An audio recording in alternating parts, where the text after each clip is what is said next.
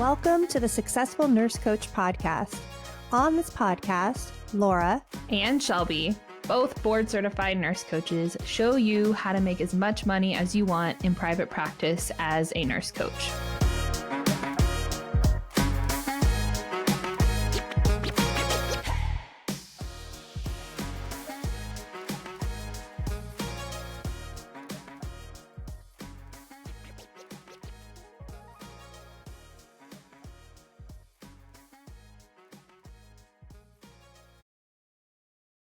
Hello, everybody, and welcome back to the Successful Nurse Coach podcast. It is Shelby here today with one of our wonderful clients, Honey Hull, who I will introduce in just a moment. But we're so excited. I'm excited to bring you another client interview today, someone's success story, and Honey's story is really special. I remember when she first joined our programs, I was like, I like her. I hope she sticks around for a long, long time. And we've had the pleasure of supporting her for just over a year now. And she's an amazing, amazing, amazing coach, an amazing human. To give Honey the epic introduction she deserves, Honey is a nurse coach. She's an advanced practice RN that specializes in helping people with chronic pain retrain their nervous system so that they can get their life back without more pain meds or procedures. So, Honey, welcome to the podcast. Thank you. I feel privileged. I've listened to so many and now I'm on one. Yeah. We're so excited. We're so excited to have you. And, before we hit record on this podcast, we're kind of like talking through the game plan of what we wanted to cover and all the things. And one thing that I'm most impressed with Honey's story is that Honey, you had some like quick wins out of the gate in private practice, which we'll get into. But then your story mirrors mine a bit, where there was a season of dark and you're like, what are we doing? And I don't know. And there was never one time, Honey, where I got the feeling of seriously considering quitting or turning back or setting this down. And I think it speaks to the grit that you have, which people will get to know when they hear you speak here in a moment. But I'm just excited. I think your story is super inspiring and I can't wait. I can't wait for everyone to tune in. So let's start at the beginning, Honey. Take me back to when you first heard the words nurse coach and you were like, this is for me. Like walk me through your decision process here. What did you think? What were you getting in for? Was it what you expected? I would love to hear. So back in 2022, I went to a pain conference because at the time I was working at a pain clinic. That's a great way to get CEUs. And so I went to this one and she called herself a pain coach. And I had no idea what that was. And she wasn't a nurse. And she told me about how she's changing people's lives just over the phone by helping them change their mindset about pain. Her thing was, you have pain, but you don't let it be in the driver's seat. You put it in the back seat. And that just blew my mind. And so then I started looking for ways that I could do it. Because as a nurse, I didn't want to just do any program willy-nilly.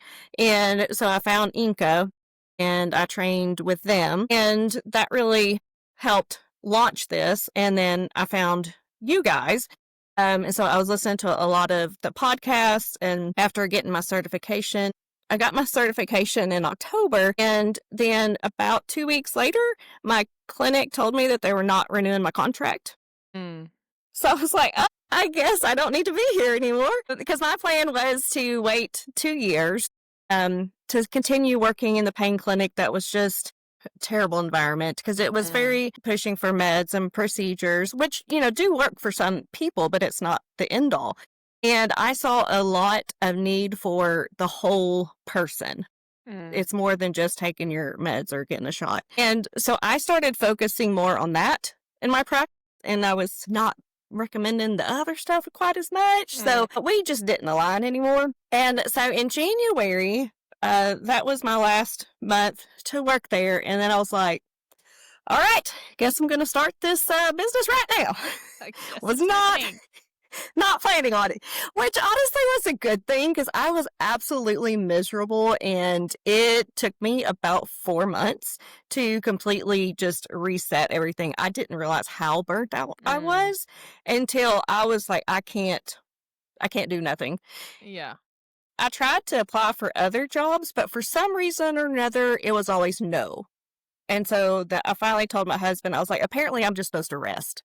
So I'm going to do that. And it is the hardest thing I've ever done. I've never not worked. So resting was just like, what?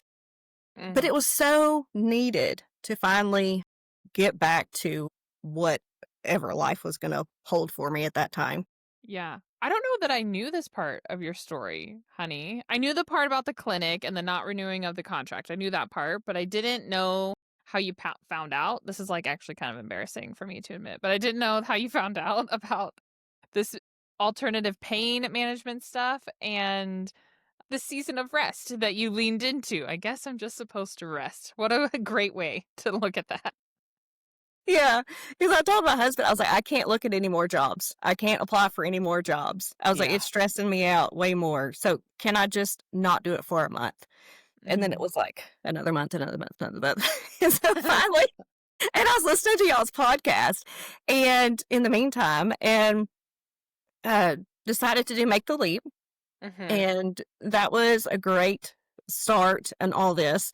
It was very focus driven with connecting and inviting, which is, foundation of doing the private practice, and loved it and wanted to continue it with the mentorship. And I fully believe that if I did not have either of those two things, that I would have given up a long time ago. Because my family has not been entrepreneurial. I've never been. This is a whole new world to me. It's way easier to go and clock in and clock out. So this was just a whole new thing. But one of my greatest things that I'm so proud of is that I've not quit.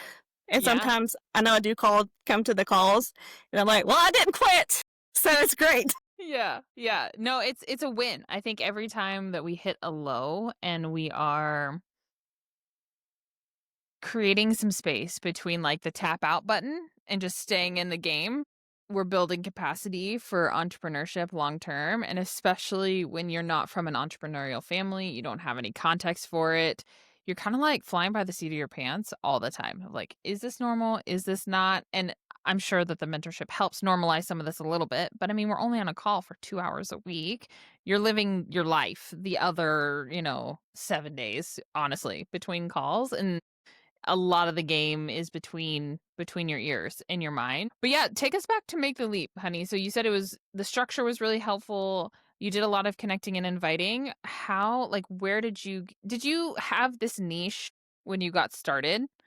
I didn't coach you in Make the Leap. So it was like pain on your radar in the beginning. Okay, so I don't know if this needs to go in the podcast. But maybe. So pain was sort of kind of in the radar because I had a non-compete clause with the pain clinic. Yeah. And so I did not want to step on that. And so I kind of focused more on like fibromyalgia, those types of conditions, which I still can help, still help people with it. But I didn't quite dive into the chronic pain part of it until about like a year and a half. Okay, I can't remember that number. Hang on. That's okay. I think it was a year. So it was about a year later when I really started to do the chronic pain because they had done away with that non-compete clause of where it doesn't mean anything. So I felt a little bit more comfortable. Not that I was making tons of, taking away tons of clients from them or anything, but I just didn't want anything to interfere with what my new life was going to be. Sure. Absolutely. Absolutely. Okay. So it was kind of on the radar. We needed to clear the woods before we could like own it, which makes a lot of sense. And I'm curious, why pain? So you ended up in the pain clinic. Now we specialize in alternative pain therapy. So like what about pain calls to you? Like, why do you like helping people with chronic pain?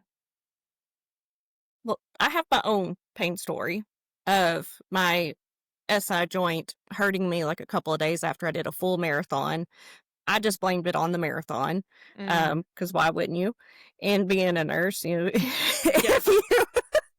you have a pain, you have a physical problem. Yeah. And so I just kind of left it to that.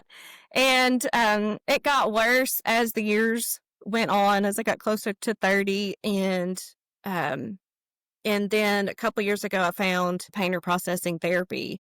And I learned everything about it, and I've since been trained in it. And I realized that it was more from this weekend where I had the weekend of the marathon was when a important relationship was severed. And so my body connected the two. And I just blamed it on physical pain, but it was completely just that trauma, which I thought I was fine with it, but apparently my body was like, no, you've not dealt with it. So I recovered myself from pain by using these techniques, and it's been absolutely life-changing because I didn't realize how much of it was affecting my life until it went away. Like I had heating pads everywhere, work, home, car, taking way too much ibuprofen, and certain seats would hurt, and I didn't realize how much on edge I was about it until it went away. So it was just like, wow, this really took over my life. And I was like, oh, it's just a little bit of pain. But no, it affected it. Yeah. And pain affects every aspect of your life. It affects your relationships because your partner starts to become your caregiver instead of just your partner. You can't do things. Your life starts getting a lot smaller because you're afraid you're going to hurt, or you won't do something because the next day you have to do something else and you don't want to cancel on that. So, and you just become very, very focused on your pain and how not to have it. And so you really start limiting yourself to essentially end up becoming a hermit and having basically doctor appointments all your life at that point. Yeah. I remember, honey, after my heart surgery, I was about like a 16-week recovery for me. And about like the 6-week mark, I like noticed an internal shift of like, oh, I operate in the world differently now. Like my fuse is way shorter. I'm snippier. I'm unhappy because I'm not sleeping well and I haven't slept well in like forever. It really does change you at the core. Like it was very eye-opening for me. I just had all these flashbacks of patients that I took care of with chronic pain, and just because I didn't fully understand what they were going through. Yeah, having a different way, like I know that my pain was mostly surgical. There was some other like fascial stuff going on, but had I not had access to like woo-woo massage therapists and people who could like help me in a different way. I mean, my doctor was talking about putting me on gabapentin like 4 months out, and I was like, I really don't want that. I really don't want that. And thank God I had actually Sue, who edits our podcast. She literally saved, shout out to Sue. She saved my life. She saved my life in that department. And I just think of all of the people who are desperate for something else and need to find people like you who have like other tools in the toolkit besides heavy duty meds. It's critical. Yes. Yeah. Okay. So we're here on the pain journey. We're in Make the Leap. We're coaching people. How many? I think you secured like a couple of paid clients in Make the Leap, if I'm remembering correctly. One. One? Okay. Yep. So we did one. And then you joined us in the mentorship, and we've had a few more.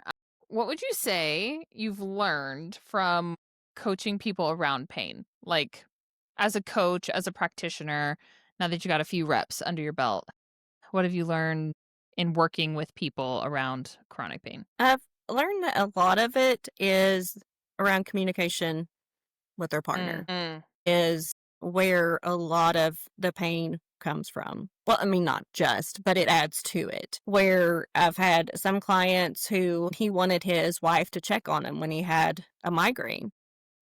But she wanted to avoid him when he had a migraine because she didn't want to disturb him. But he was like, but she could offer me this or that. And I was like, have you said those words out loud to her? And he was like, no, she should just do it. And I was like, well, let's say the words out loud. And so that can bring tension in the relationship, just not saying what you need. That has been the biggest. Being a somewhat marriage counselor has it's been different.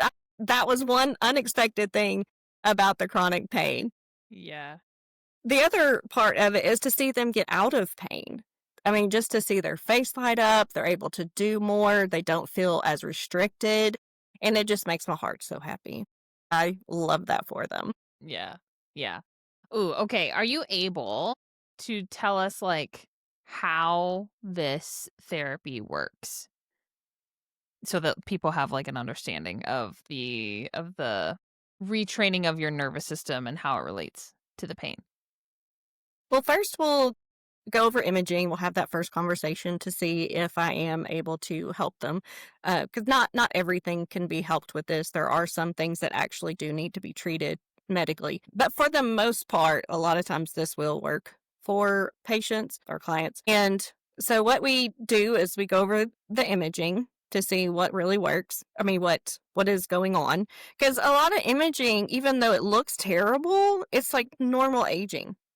Like you are not, your body on the outside has wrinkles and on the inside it's going to have wrinkles as we age is the best way to kind of look at it. And so these MRIs can look scary, but really it's just like, yeah, you're kind of getting older. So there's that. And so we talk about that. We also talk about inconsistencies with their pain. Like, is there sometimes when it's worse? Is there sometimes when it's gone? Or you do the same motion one way and you do it slightly different the next way, but one hurts, one doesn't. So we look at inconsistencies in their pain, especially if they're able to be distracted by it. Say they're having, fun time with their grandchildren, then they're very distracted from their pain.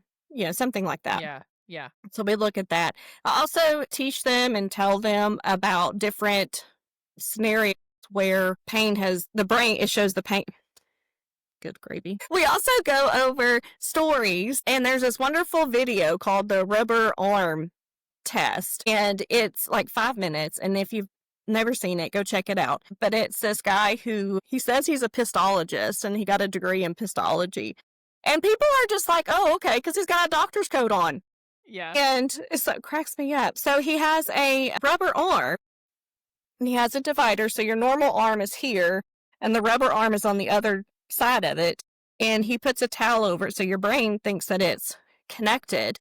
And so he gets it to where, like, he'll put like a feather under your real hand and then under the fake hand until there's that connection met. And then very shortly, they feel nothing in their real hand, but they feel it in the rubber arm. Oh, that's crazy.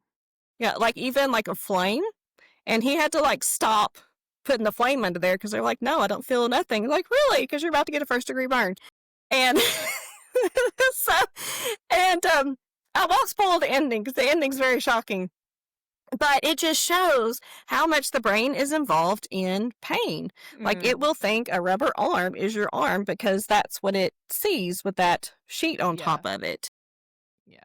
And we go over story, like there was a guy in the UK who, this ended up in a medical journal because it was so astonishing. The very short version of it is he was a construction worker. He stepped on a nail. The nail went through his boot.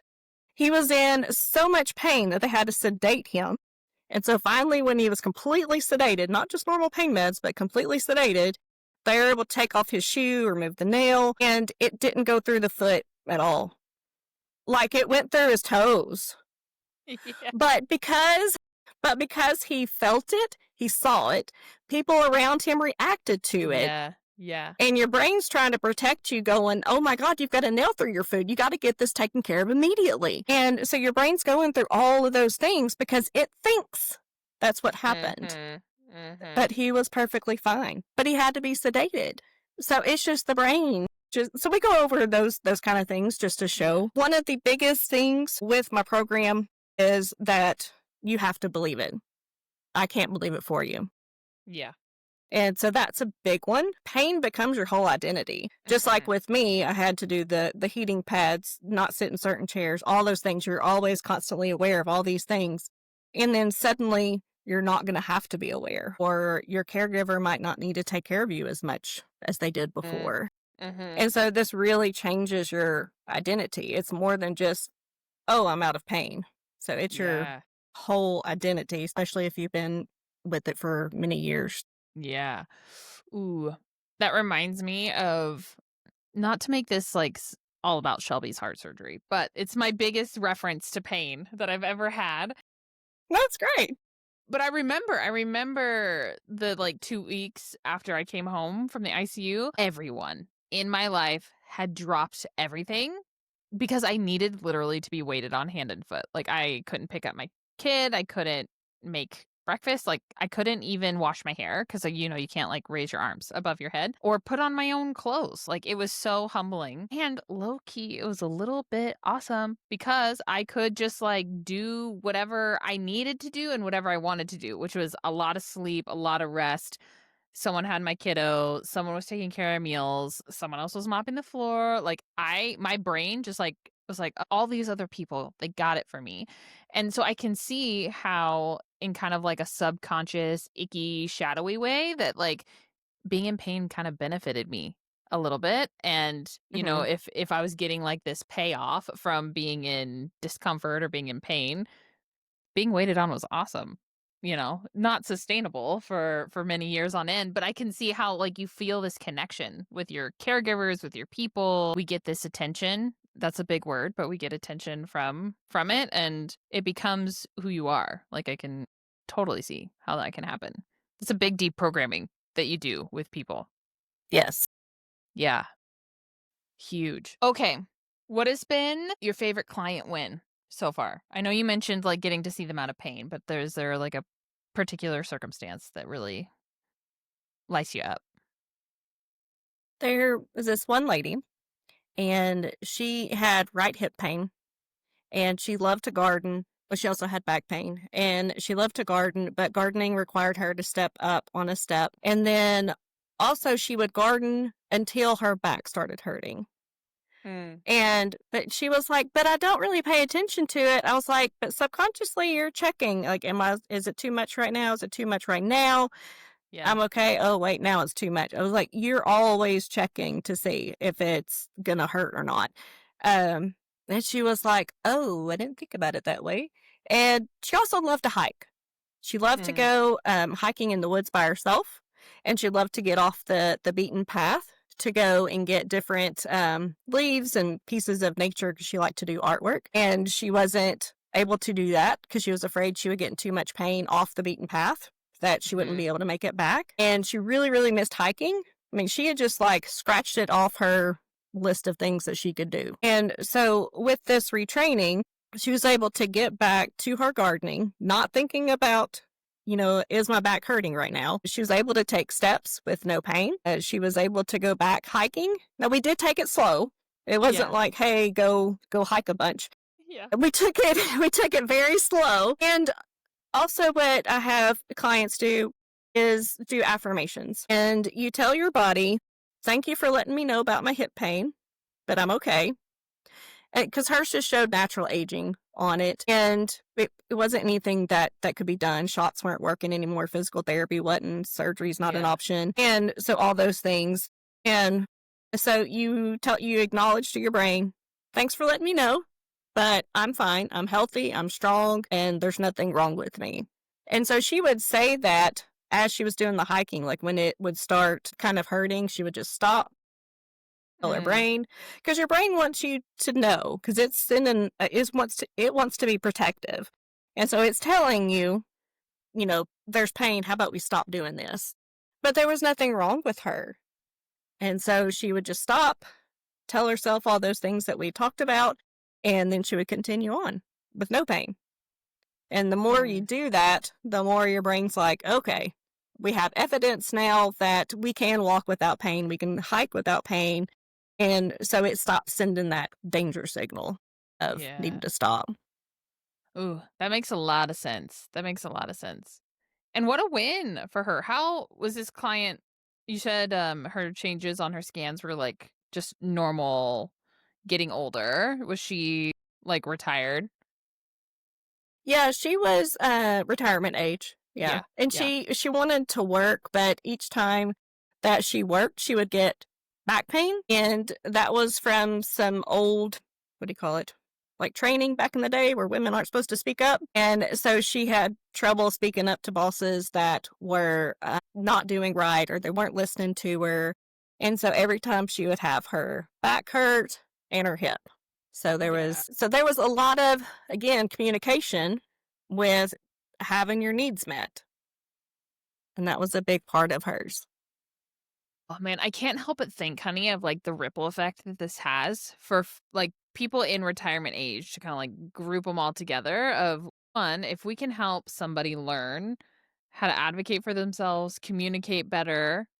Awesome. After like a whole lifetime of not having that skill. That's really beautiful. But then also being able to create evidence in their brain that like, yeah, you can go hiking and you can gardening, like how that ripples holistically into their life to keep them safer in retirement long term, like less falls, less hip replacements, like all of these things that cascade from it. Beautiful job. That's so good. I love that. I love that. Okay, let's rally back to you and business stuff here for a moment. So right now you are working with people one-on-one in your practice with pain, and you've newly taken a segue into like a subspecialty of pain management. And I think if you have listened to our podcast before, we always encourage you like the more niche down you can get, the better. So chronic pain is a niche, but Honey has since kind of like dipping her toes into like sex and pain management. And I know that we had a conversation where you're like, is it too much? And I'm like, no, like people pay to make money and get laid. And this falls into that category. So I would love to hear your experience of just like being bold and brave of like talking about something a little bit more taboo on the internet, because you're starting to play in this department here. How's that going for you? I got a lot of positive feedback from a video that I made about sex and chronic pain, and that's kind of what sparked this little idea of, "Oh, I can do this." And because in the pain clinic, I didn't mind talking about sexual positions for like if you have back pain, like maybe not missionary, how about, maybe bend over the bed or, Yeah. something like that. So it's always just been natural to me to talk about sex. I have no issues talking about anything. And so it just seemed like a natural segue because it does affect the marriage or your partnership, Mm-hmm. because you need that in your life, unless you like truly don't want sex. I mean, there's that too. But for a marriage or partnership to work, sex is very, very important. And it comes back in with the pain reprocessing therapy in that, like, if your back hurts when you do a certain position, like, is there something actually wrong with your back, or is it just it's gotten used to that? And Mm-hmm. so that's where we can do somatic tracking and kind of just think about my back is, just like with the other lady, I'm healthy, my back's strong, there's nothing wrong with me. Of course, after we've done imaging, all the things. And so that just naturally kind of went that direction. And I got so excited about it. That was the other thing. I was so excited. Sex is just so important. I know I keep saying that, but it really is. And it also encompasses the communication. Uh-huh. Because if you tell your partner, no, I don't want to have sex tonight, but what you really mean is, hey, how about we try this new position that maybe won't hurt me? Like, that's not the conversation that's being had, but the conversation of, no, I don't want sex is being had. And that can break up a relationship, or you just kind of resolve. And that goes both ways, men and women, not just. Sure. Yeah. Yeah, I remember whenever you brought this up on one of our calls, and I could tell that like the light came back into your eyes while you were talking about it, and everyone else on the call was like, yes, do this. Yes, yes, yes. This speaks to like we wouldn't have gotten here, Honey, had you not been connecting and inviting and coaching and proposing. Like, of course, you knew that this natural ability to talk about sex and more intimate topics came easy for you, but like the light bulb didn't go off until probably like 30 days ago. So it's relatively new. And I want to highlight for everybody listening that it's because Honey was willing to try and pivot and try again and work with people and get paid that like this new, and I know we're still kind of like in the exploration phase of all of this. We haven't like stuck our stick in the hilltop necessarily quite yet, but I know that like the more specific that we can be over time, and this is not born necessarily from Honey doing like 500 worksheets late at night by candlelight being like, what is my ideal client? It's because she tried some things on, she earned money while she tried. And I'm excited to see like what continues to evolve here, because the more excited you are about what you teach and coach on, the more it's easier to just show up for your business day after day, week after week. And I know that we talked about this, but like there are so many providers that are not comfortable talking about this, that are uncomfortable or make it weird or all the things. So what a breath of fresh air you are for the chronic pain community. Yeah, there's surprising very little information. Well, I guess not really surprising, but very little information out there about sex and chronic pain. It's just not talked about. And the doctors do get weird. They're like, well, they'll just walk out of the room. Oh my They God. don't want to answer those questions. And it all came from, because I know y'all have always said, after 10 paid clients, you can really figure out your niche. Mm-hmm. Well, I've had 9 so far. And Hey, there we go. yeah, Yeah. and and that's how it led to sex, because it was about pain, but then I noticed it was a lot about communication within the marriage. And then sex is so important. It's important to me and my husband. I mentioned about scheduling sex, and Yeah. people were like, what? And they were like, oh, I can't do that. Well, my husband and I have done it forever, because I was working night shift and he was doing nights occasionally, and our schedules were just every which way. And so we're like, okay, on this day, we're having Yeah. sex. Yeah. And we would make sure and turn the TV off sooner, or, get ready for bed. And we had it in our mind that was going to happen. So we didn't go out and eat like a heavy dinner. So you do kind of, while it's daunting to do that, but you kind of, just like your hair appointment, you make Yeah. sure nothing interferes with your hair appointment. You get ready for it. You wash your hair, make sure it's clean, wear certain clothes because you don't want color get on it. So all these things prepped for that, but we don't do that for sex. Yeah. I listen to a lot of couples therapists like Esther Perel, or, there's another one. She has a show called Couples Therapy, and I get to listen because also in business coaching, I do a lot of couples management, I should say. Yeah. I wouldn't call it couples coaching, but couples management. And that is consistent across the board of like, if you are busy, if there's a barrier here, like don't expect it to be spontaneous and like, like when your relationship was young, like you are in a routine, you're in the longevity phase of your relationship. So like this is very common advice that I hear from a lot of different places. And again, just kind of like shines the light that there's not anybody talking about it. And honey, whenever you're like, shockingly, there's not a lot of resources. It gave me an idea for a freebie for you. I was like, then we just need to make the resource for you, like for Yes. people to find you. We can be the resource. Oh, I love that. I love that. I love that. Ooh. Okay. Well, I know that we like interview some of our clients, and then we're still very much in like the middle of your story. And I kind of like want to do like in 2 years, where is honey now? Where is, like do a special. And especially because we're just like turning a fresh page into a new chapter for your business, for your practice. And one thing I wanted to mention before we wrapped up here was that so honey had some good momentum in the beginning of her business. It was very like honey was on top of it in Make the Leap. Amy was her coach during Make the Leap, and just she's had amazing things to say about you. And then I've been able to coach you here in our mentorship. And I also want to just make honey human for a moment too, that like, and we don't have to get into the nitty gritty details, but there was a dark night of the soul, especially this winter, for you. And there was, again, I know I said this in the beginning, but there was not a time where you came to the call and you're like, I'm out, I'm done. It was more like you come to the call and you're like, hey, I'm leaning in here. I'm leaning in with my therapist. I'm leaning in on my husband, like leaning into your support system. And that's something I admire a lot about you. And I think that our group benefits from just listening to your transparency on the wave here. It's easy to capture Honey's highlight reel because she has a lot of things to celebrate. And I want to humanize her experience here of she's earned it. She's gone through the dark tunnel and is emerging the other side. But I didn't know if you wanted to speak to that at all, Honey. Oh yeah. It's part of the story. What I think cat was the catalyst for it was I had a workshop in the middle of November, and nobody wanted to come. So it was that kind of that, and it just really dragged my soul down.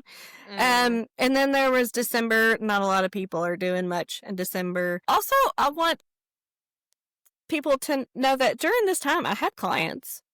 I was seeing clients. Yeah. Oddly enough, now that I'm doing fine, I'm not seeing as many clients. But Get to that next week, honey. We'll get to that next week.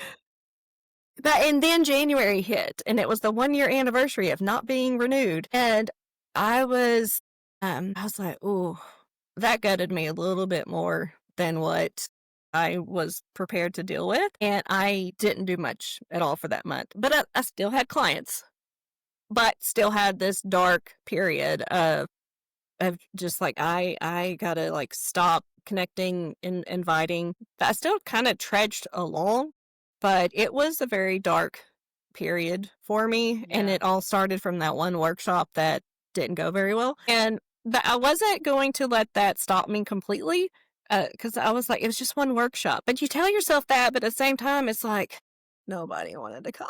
And so it still gets you down, no matter how positive I you spin know. it. I know. So I just kept going. I kept having clients, but it was pretty low. And right now there's a pause where I really believe it's purposeful and for this new segue, because there is a lot of research that needs to go into about the sex therapy and things of of that nature. So I really, instead of getting down in the dumps like I was for pretty much most of winter, because I don't think I dealt with you think you deal with things, and then the anniversary comes up and it's like, no, you didn't finish dealing with that. Next layer. Yeah. Because I've never been non-renewed or fired before, so that was like a whole new thing for me. Just weird. Just weird. But now I'm looking at this pause as an opportunity to do more to help my clients with sex and with their chronic pain. I've got some events coming up that are going to be amazing, women health events, and it's just going to be great. And I'm very confident. Me too. Honey thrives in the in-person connection. She does, I mean, you do both. You're online and in person, but you are one of the most tenacious in-person event goers that we've had in our bubble. And our community, our mentorship group learns a lot from your in-person networking. And I'm excited. I'm excited to see what happens next. I'm excited to hear the stories when you tell people face to face that you're like, yeah, I help people have better sex that have chronic pain. Like, I'm excited for the look on their face. And yeah, I want to say thank you, honey, for sharing your story here today and bringing us along for the journey. I know that so many people of our community will benefit in one way of just hearing your business journey, or they know someone who's in chronic pain that they can send your way. We'll put your information down in the description so that you're easy to find. And if you want to go see Honey's really good videos on Facebook, be sure to go friend her. She makes she has props. Not so much, not like sex props, but like props that she uses. Not yet. Not yet. Good clarification. Not yet. It's very PG over there for the time being. So if you want to get in on the ground level, now is the time. Any last minute tidbits, honey, you want to mention before we wrap up here? Basically, don't quit. Just keep going. I mean, seriously, I just can't say much more than that, because it's helped me so much not to quit and to know it can keep going. And y'all are a huge part of it. I know you tried to discount it, but it's just 2 hours. But it's a lot. It's a lot goes into that 2 hours. And check up, and we have the chat where we're encouraging off those 2 hours. And it is just so encouraging to keep going when it would be extremely. And I have had those thoughts, and I'm like, nope, this is what I'm supposed to do. I know this is what I'm supposed to do. This is the best I've ever felt in my nursing career. It's like, I know I'm supposed to be here. Yeah. It just, everyone else needs to know it too. Yeah, I love that. A perfect way to end. Honey. Team. Okay, so if you want to find Honey, you want to connect with her, someone who is hurting, don't be shy. Share Honey's information. It'll be down in the description below. If you want to come hang in our Facebook group, The Successful Nurse Coaches, come and do so. And then we will be seeing you same time, same place next week. Bye, team.